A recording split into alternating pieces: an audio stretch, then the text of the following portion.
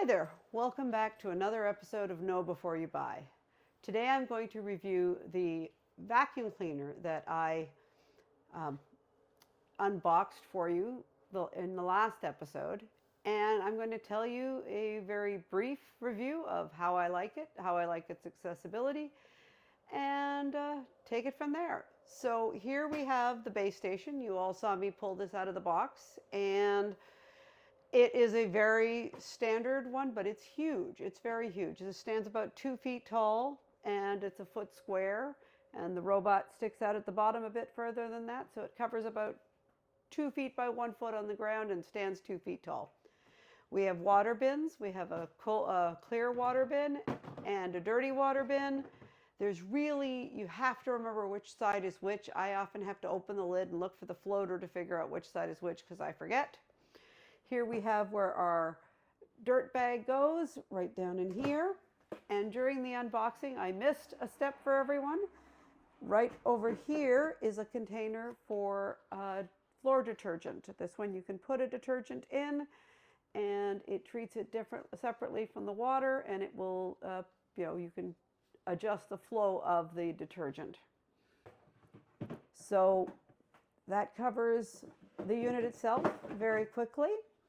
Let's talk about the accessibility now. The robot itself is very self-explanatory. When the buttons are towards you and not on the inside of the machine, it's on the base properly. There are 3 buttons: a home, a start and stop, and a spot clean button. The spot clean is the one always to the right when you're facing the unit. You can feel those buttons, but there's a little, I would prefer that it be a little bit more tactile, but they're okay. You can feel them, you can do it. The unit is very self-explanatory. It vacuums, it mops, whatever have you. We've had a little bit of problems when the mop pads fell off in the machine once, but otherwise it works really well. That's the basic operation. Now we're going to go to the app, and I will show you how accessible that app is, or not, as the case may be. So here is a quick review of the Dream Home app that goes with my Dream X40 robot that I unboxed for you just recently. The too long did not read is that I am very disappointed with the accessibility in this app. I'm only going to show you the iOS app because it turns out the iOS app and the Android app are equally inaccessible.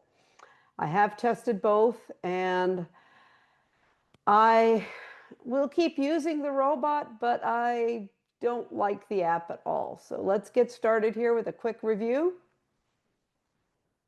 Go to the device, image. Go to image. A gray circle with a triangle in the center. Play. So I'm going to just go to the top of the screen. Screenshot. Oops. Screenshot. Explore image. Image. An illustration of a greenhouse inside a gray circle. Top of screen. Dream a home. So we've got some good iOS built-in image descriptions, but really, what does that particular image mean? I don't know. I'm just going to swipe through for you here. Screenshot. Go to the device. Image. A black Apple logo on a white surface. Okay, so we have an Apple logo. No idea yet. Image. A gray logo on a white background. So we're not doing well here. Device. Forum. Mall. Me. Image. A black X in front of a white background. I'm betting that one's closed. Subscribe. Image. A black logo on a white background. Notification off. Notification off. Image. White text in front of a black object. Notification off.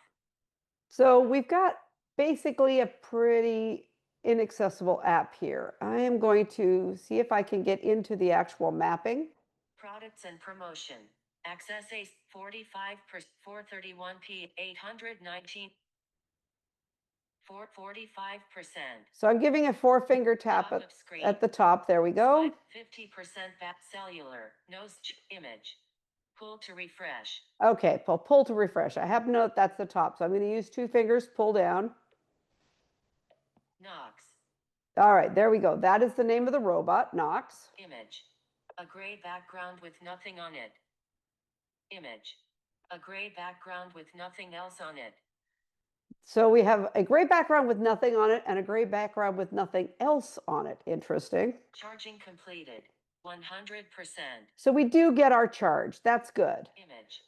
A gray surface with a curved line on it. Image. A white logo on a gray background. Screenshot. Go to the device. Image. A gray background with nothing on it. So I'm going to double click that go to the device. Go to the device. Image. Lacaria _ title loading data. Heading. I mean, this is just full of stuff that I shouldn't be hearing through voiceover. Button. Image. A white surface with nothing on it. 120. 제곱미터.